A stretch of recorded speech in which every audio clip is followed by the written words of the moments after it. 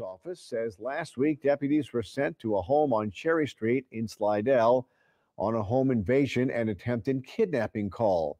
Once the deputies got there, they found three Hispanic males in a car outside. The victim told the officers one of the men entered her home with a gun and tried to force her into a vehicle. The three men in the car were arrested. Deputies say during their investigation, the victim, identified as 45-year-old Tammy Faye, was allegedly involved in a prostitution operation along with one of the men who was arrested. She also was arrested on human trafficking and pimping charges. The sheriff's office says this investigation is ongoing.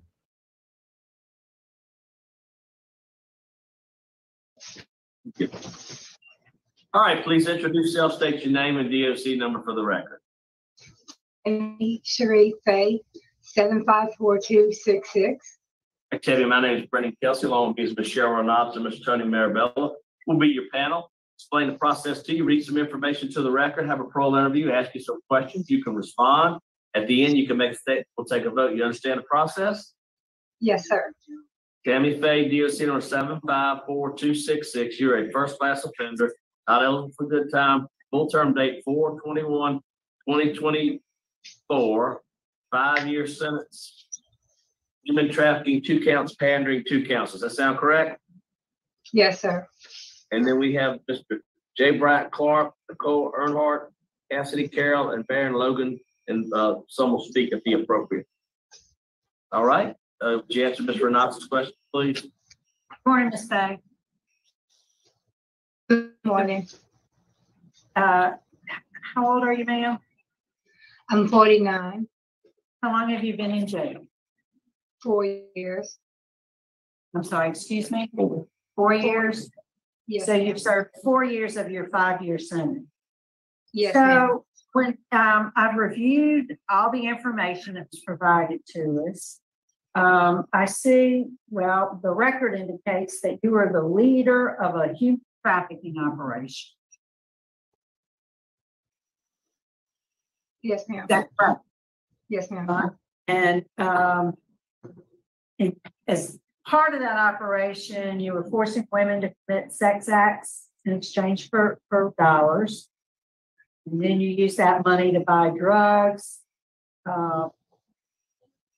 What's concerning to me, the record also reflects that you also drugged your son to force him to have sex. No, ma'am. Now, that's what the record says.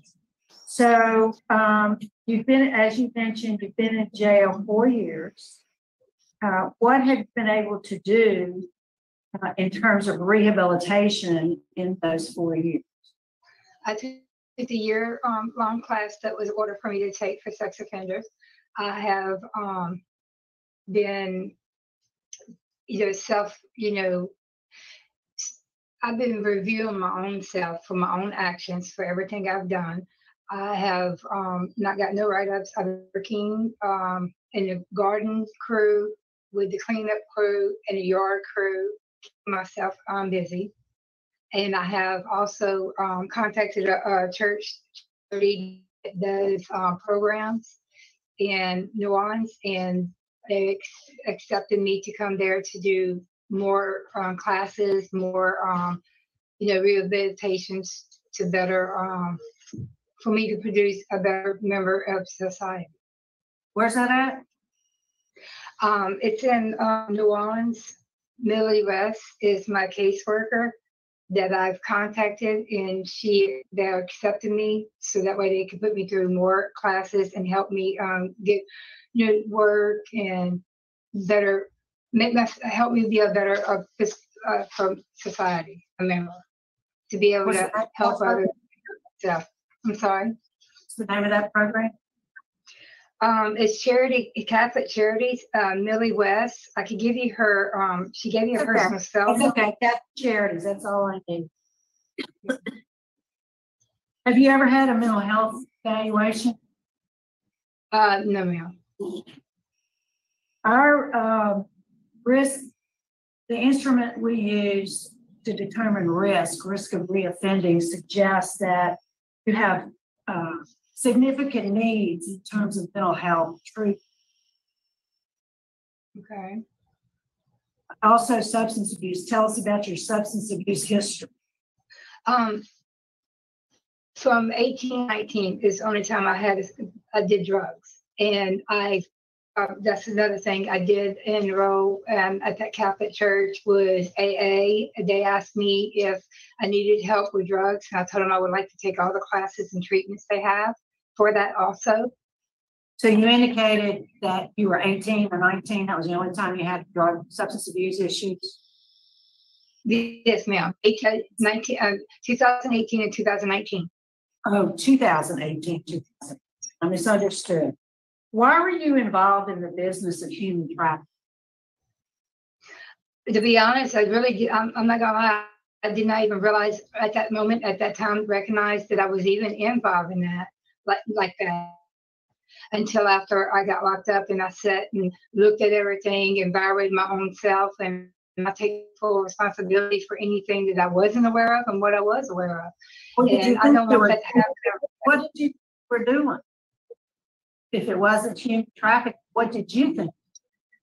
The lady of the property and the guy that stayed with her had us cleaning up their property, and that's why I got a big old yellow dumpster and I had out there.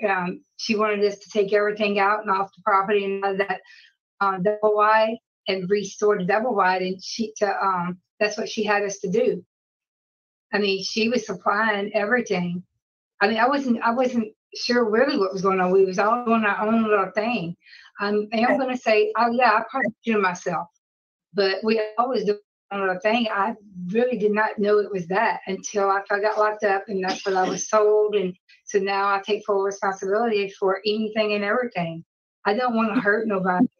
I want to help myself. Thank you. All right. Well, from Ms. Nicole Earnhardt.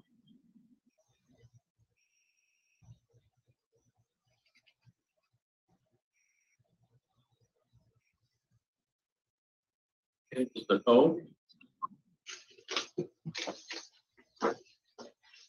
Is she there?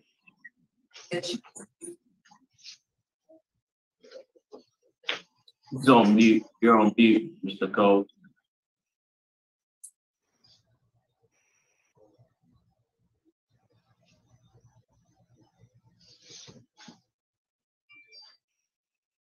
Okay, you're still on mute.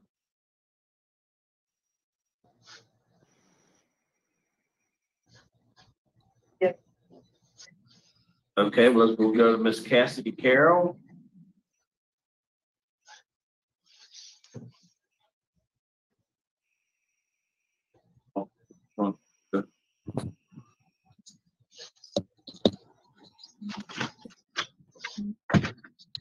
Yeah. Hello, are you able to hear me now? We can hear from Miss. You can say their side. Okay, go ahead, Miss Earnhardt, make a brief statement. Okay, I want to read my victim statement that I had written to the Louisiana Board of Parole and Parole. So it. Okay, we're having a hard time here. You got a bad connection. Not a day goes by that constantly reminds me what happened to me. Are you able to hear me now? A little bit. Keep going.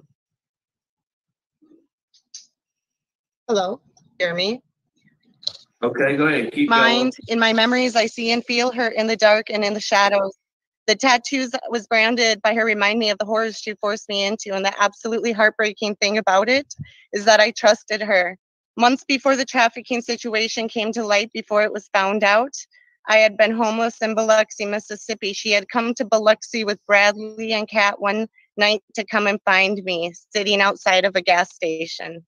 She begged me for 2 days to come with her to her home in Louisiana, where she promised me to get my life in order. It took me 2 days because my gut had me thinking something wasn't right about it. She wasn't a stranger to me. at that time, as I had known the kids for about a year before all this happened. I was an easy target in her eyes, considering I was homeless, alone on the streets, in a very abusive relationship. She offered me safety and recovery, and instead I received further abuse and isolation. To this day, I struggle deeply with forgiving myself for trusting her. What happened for months after that are the most horrific things a human being can imagine or experience.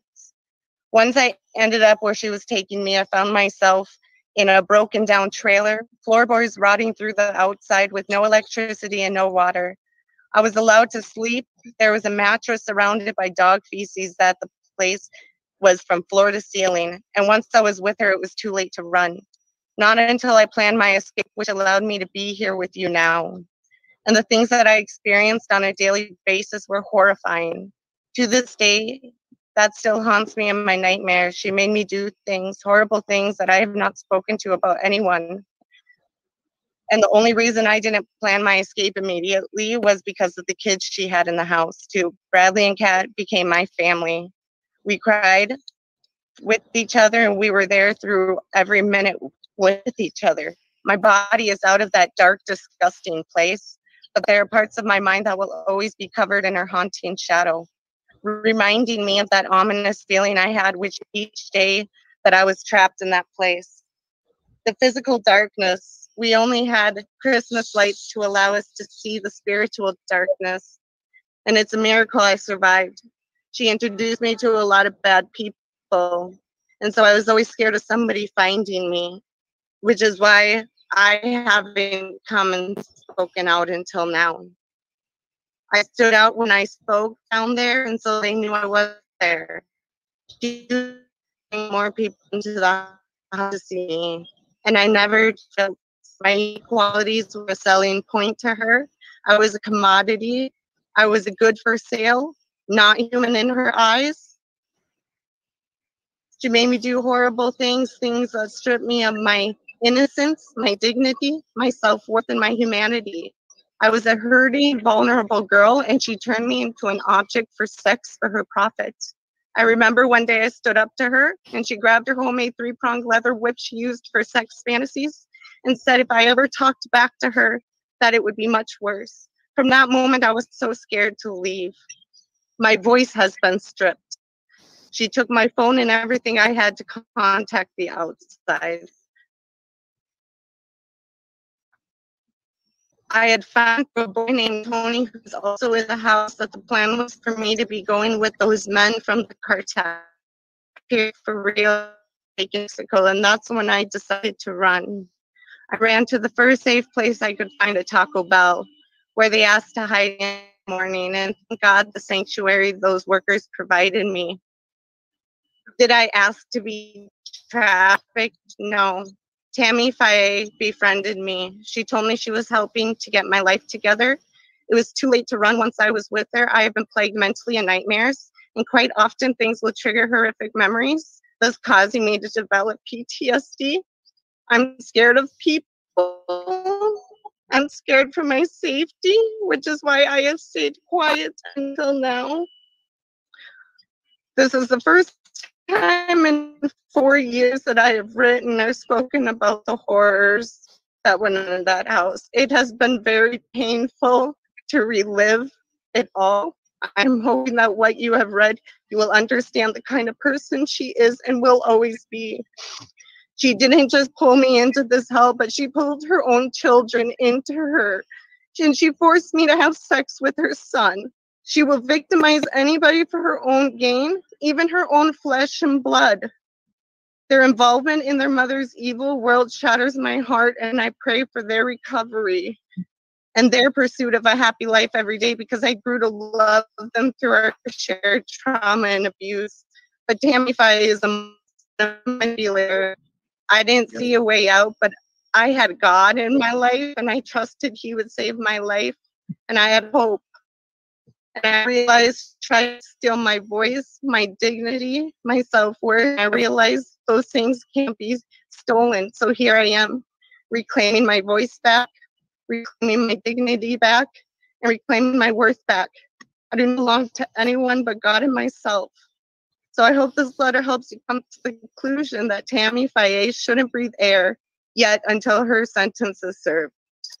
The horrors she inflicted on me cannot be rehabilitated. She is not fit for society. And please do the right thing in this hearing and to see that our painful recounting of the trauma and abuse that she's put myself and others through is beneficial and righteous. And thank you so much for letting me speak today.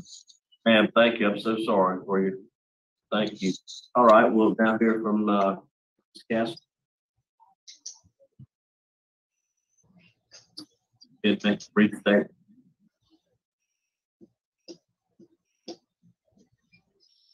I cannot even begin articulating multiple damages individual as well. Even today, I can't sleep for a whole night. Nightmares. Those nightmares, not only are they horrifying, are realistic. Meaning not only am I seeing everything she did and did over and over again, I can feel it, I can hear it, smell it. So I'm right back at discussion.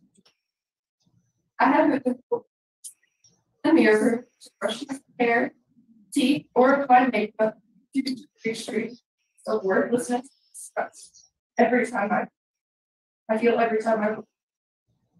You should not be allowed to walk free after just 5 years. Fast, up here, up, please, I do want to.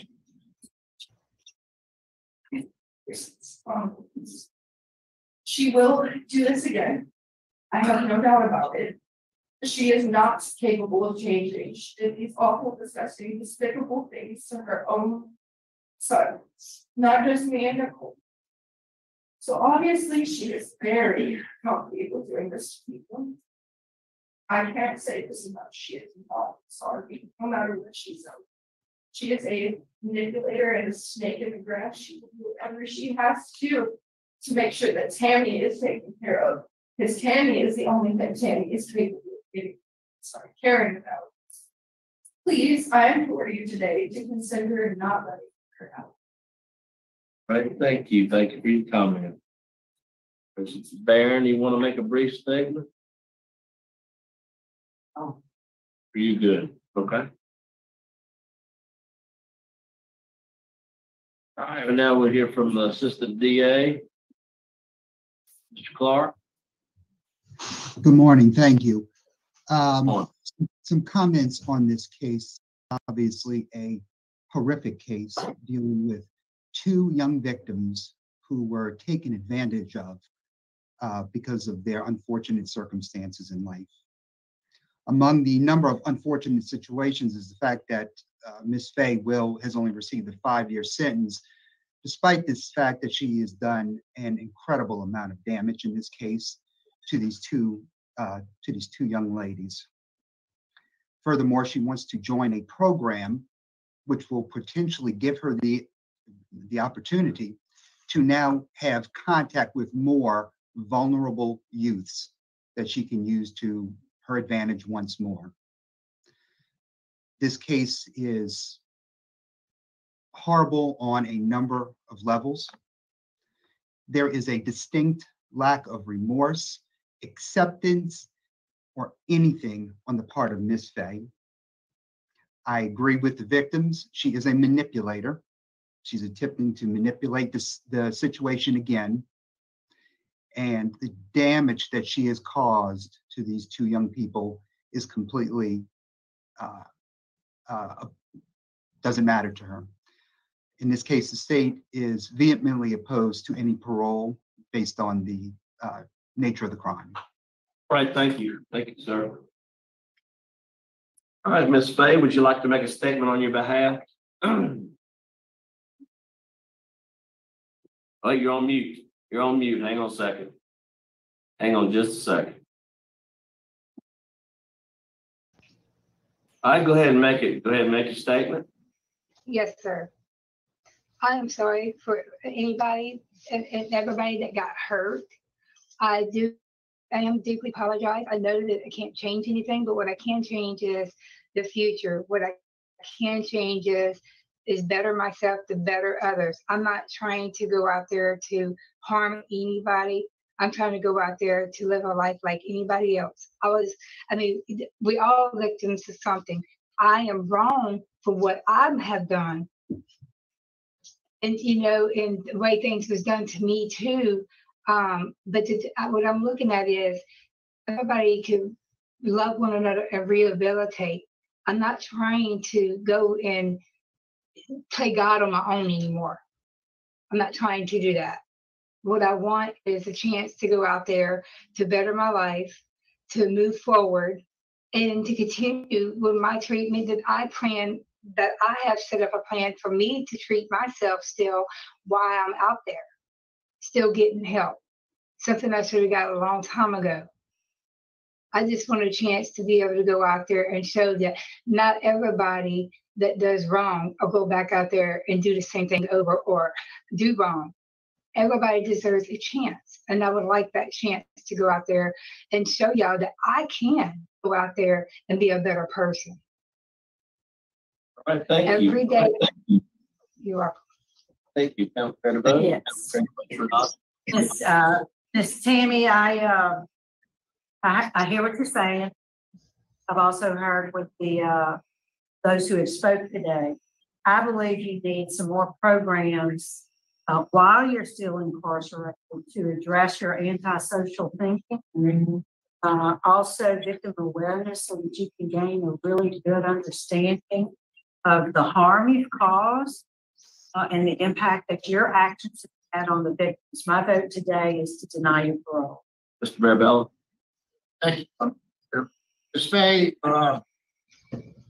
strikes me that you don't seem to understand the significance of the harm caused to these victims. Indicated earlier, you didn't even know what all was going on. Either in denial or. May I speak? Sure. No, ma'am. I'm speaking now. I do think that you need to look inwardly and realize what you've done on the cause. I agree. Not program or sick programs that will assist you in understand and recognize what you caused. Actually, I have 2 votes to deny. I'm also going to vote to deny your parole for the same reason you said you weren't honest with us today. So 3 votes to deny. Your parole's been denied. Thank you.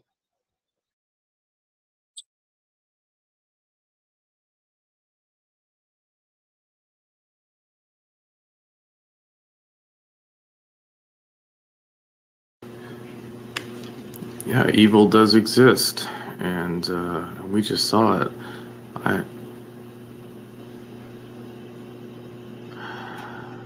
She was totally clueless. She was just like sitting there, and you heard from the victims, they forced her to have sex with her son. And in her final speech, she's like, sorry for the wrongdoing sorry for anyone that got hurt, not apologizing to the victims, not apologizing for what she's done. Man, it was good to see our district attorney friend, Brian Clark, there too. And he said it. It's a shame that she only got a 5-year sentence. So I wonder why he did they recommend more? And the judge just said, no, we'll only get 5. We don't want to go to trial. I don't, it seems that the victims are pretty willing to get up and speak to keep her in prison. So I'm sure they would have been willing to go on trial. The article that I found, I would show up at the pop-ups, and it's just ridiculous. But basically, how she was initially caught was that there was like a kidnapping. There were a bunch of guys that went into a house and went to grab, I think, some of the victims with guns, and then the detectives were there to catch them. And then eventually it led to her, to the ringleader. And it's kind of on her face. She's like an older looking homely woman, but she has that that face that looks scary. It looks evil. It looks like unpleasant. That was just the impression that I got. But we hear about this. We read about human trafficking all the time, and so it was eye-opening to see it for yourself, to see what the leaders of this human trafficking ring looks like, and to hear from the victims. It took a lot of courage for them to get up. And I think I'll blur her face. I know she has the option to show her face. They tell her that she has the option. There's a reason why one of the victims didn't choose to go on camera, but I'll just play this one safe and blur her face.